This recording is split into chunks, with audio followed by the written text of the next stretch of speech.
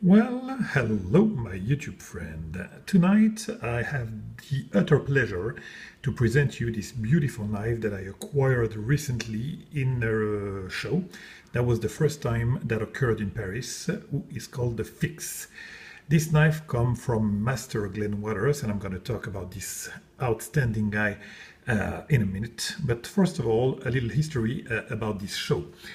So that was the first time, sorry about that, that they did this show in Paris, which is a show that was supposed to present, artistic knife maker, and there were a lot, and the show overall was excellent. But in this show, they invited Robert Bob Terzuola, that brought some knife, but the unthinkable happened, and before even the show opened its door, Bob has sold the 8 knives that he brought for the show. And he sold those knives to purveyors and to some random Russian collectors. That, my friend, was a disgrace. I told the promoter, and I'm gonna send probably a note to Bob to say that that was probably the only way for us French to get custom from Bob Terzuola. And I was literally the first to enter the show. And when I got to his booth, everything was sold out to the so-called VIP. That was a disgrace. That was a disgrace that the promoter let do that. And most of all, that was a disgrace that Bob accepted to do that. He should have done some lotteries like he does. I wanted to address that point because that happens way too often. I've heard that it happened at probably every blade show, but it's not as radical as this one, because literally there were not even one piece left at the very beginning of the show. So during those 2 days, Bob stood at his table like that, and he, as I said, he didn't sell any knife to French collector, and I was the first to present at his booth. So I'm quite annoyed about that. So enough said about this bad event. I want to forget about that because the show was excellent on all other points. So I met with Mr. Sergio Consoli, that does outstanding knife, and I'm waiting for a knife from him. I met also with another German knife maker, Wolfgang Dell, who does awesome job, and that was a great show overall. And I met with Mr. Glenn Waters. So that's what we're going to talk about, the man and this beauty. Glenn Waters, he's Australian, if I remember correctly. He's a really martial artist, but one of the best probably of his art. And he went to Japan, that was like 30 years ago. He met his wife there, and he began along the way, I don't know when, during his journey, to become a knife maker and an artistic knife maker. And I think, in a way, that he took, the best of both worlds, the elegance, the exquisite, delicate attention to details that you can find, in Japan, and also some use of tactical knives like you can find in United States. And the produce of that is this knife, among others, but this knife is what really attracted me on his booth. Other than that, he does really a lot of, there's a lot of work. This is probably one of the simpler knives that he made, and that's why I was drawn to buy it, because it was not too much. On the other one, you have gold. It's almost feminine. Most of the knives are feminine, but overall the work is just astounding, as you can see now. So what are we talking about here? We have something in between a gentleman and an EDC. The overall shape, when it's closed, you couldn't tell it's a Japanese knife. Look at that. Really, what do we have? Carbon fiber scale, Damascus bolster, titanium frame lock, clip, which is in tip down, an only tip down for sure in Damascus, and an onlay here of Damascus, and a backspacer that has some mother of pearl that, you know, anyway, leads you to the Japanese style. But overall, when you look at it like that, it's really an EDC, and a really nice EDC like you can find it. The Japanese style will be, as I said, on the backspacer and definitely on the blade, which is something in between a Wharncliffe, and look at this delicate attention on the tip.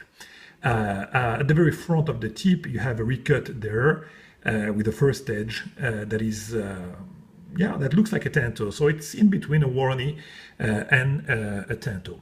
Blade steel is VG10 with, as you can see, my lips are moving with my recent beard. So that's a very nice mirror polish in VG10. Of course, he's in Japan, so that's the easiest steel, nice steel to get. And as you can see on the edge, there is those carbides, and all of the work of engraving is done with a microscope and his own hands. So that dragon, my friend, that scriptures that you have here, which are Sanskrit, something like that. I mean, it means good luck in Japanese or whatever. All of this is made by hand, and that is just a work of art like you can imagine. Look here. You have, okay, the shape of the dragon, and you have some work also on the rest of the blade, even though it's not, you can see it's under the bolster, the work is still there. If you move it like that, you can see that you have the rest of the dragon, which you can see since the blade is, when the blade is closed. And on the other side, you have those nice mountains here. Look at that, isn't that beautiful? That's poetry. Some, you know, storms, another dragon here, very nice. Everywhere you have some detail. Here you don't, it's impossible to focus here. Oh yes, you can see it says 2014. Somewhere in the dragon you have the GW, yeah, here GW, yeah, you see that here. You have a lot of things, you know, the thunder that goes here also. The finish is just, look at that here, the signature also, some Japanese writings, I don't even know what it means, and to be perfectly honest, I don't care. The overall work is just mesmerizing. So as I say, we have a knife that can easily, I wore it in a pocket, and I carry it for now a couple of days, and it carries very nicely. It's very lightweight knife, and it cuts like hell. And as usual, here the carbides are auto sharpening, so I'm not sure, and it cuts like hell. Really nice edge on this knife, and it will stay like that because of the carbides. And of course, the carbides play another role than being only, you know, auto sharpening. They are part of the design of the knife. Look at that. How beautiful is that? That is just astounding. Everything in this knife is perfection. Look at that. The pivot has been heat treated as the titanium here. Here it's heat treated to have the same color pattern than the Damascus. As you can see, you couldn't tell. Let me tell you what you have here. You have here a Damascus, which is a piece. You have here a bolster in Damascus also. You have here the onlay of Damascus. And here you have the frame lock. So those are, it's very intricate, and the overall aspect is very even like that, but you have a lot of pieces assembled together. 1, 2, 3, 4. That's very nice. Now let's go to the spine of this blade. Look at that. You have all those layers here.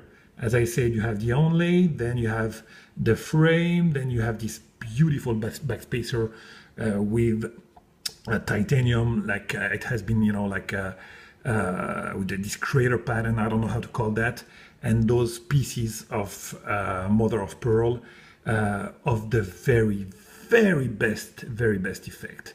Overall, the knife is, as I said, absolutely fantastic. Now look at these dovetails here. I mean, literally you don't find any difference.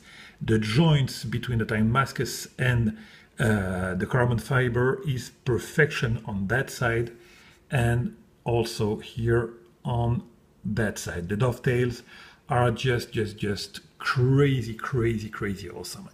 Now let's go inside the blade, shall we? Let me try to catch some light here. If we are, I don't know. Oh yes, this way.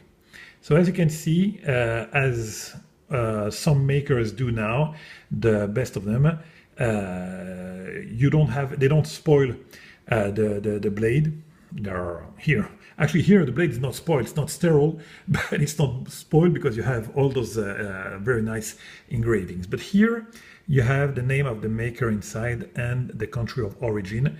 And here also at the very back, you still have a signature here also on the very end of the back spacer. And even inside, as you can see, you have the heat color with the same pattern. Oh, come on, I lost the light for whatever reason. Let me see. But you have seen that, if I can get it, but I don't want to spoil and waste your time. We all have seen what was inside. Let me see. Oh, that's unfortunate. Okay, anyway, let me see. You have seen that. You have seen how well inside oh yeah, here we go. You see the pattern here. It's all heat colored because you wouldn't get that with the regular process of anodization, with the water and the anodes and everything. You would get that only with heat colored. And what a great and glorious job. Look at that. Now let's talk a little bit about the action. Look at this engagement. It is rock solid. That's a frame lock, and no one could do better than that. The engagement is very early. It is, as I said, rock solid, and the action is buttery smooth. 40 ball bearings in ceramic. One ball bearing, ball detent two ball detent in ceramic. Everything is perfect. The hardware here is titanium also. Every hardware is titanium. You won't see in this knife anything that's not gonna be custom made. So 40 ball bearings. Now look at that. That's what I call a flipper with an astounding action. And also you feel something that is really unusual. Yeah, I don't know if you heard that, but you can feel definitely the ball rolling over the blade. Try to hear that. I don't know if you're gonna get that. Try to hear that. No, we didn't get that. You feel it more than you hear it. Let me see. Oh yeah. You hear those two notes. It's the balls that you feel, rolling there. All those 40 balls rolling with this action from another planet. That is really unique. A unique action for me. A unique flipper. I don't know why, but that's unique. Probably because I don't have. Except probably the bodyguard, a recent bodyguard that I got that has also ball bearings, but probably not as much as this one. Those 40 ball bearings, I don't want to disassemble the knife, but that has to be something really special that you might find on the Shirogorov, the multi-roll bearings from the Shirogorov. Maybe I'm going to ask my friends from Instagram if they have the same feeling, but that's really kind of unique feeling that you have when even either you open the blade or you close it. That is insane. Definitely the blade centering is spot on. Really, again, this is a perfect knife. And my friend, it's almost 14 minutes that I'm talking to you, and I'm gonna stop here because I've been hopefully as thorough as I can be. Oh yeah, I haven't talked about this one, but look at that. He wrote, let me see. Yeah, you can see that here. It is written probably on that side, I don't know. The blade steel, VG10. Let me see. You see that? So it's upside down. Anyway, you see that it's written VG10, and probably, I don't read Japanese, but probably, sorry about that, about the same thing here on the spine. This is very delicate. Everywhere there is a signature. Look at that, VG10. Isn't that beautiful?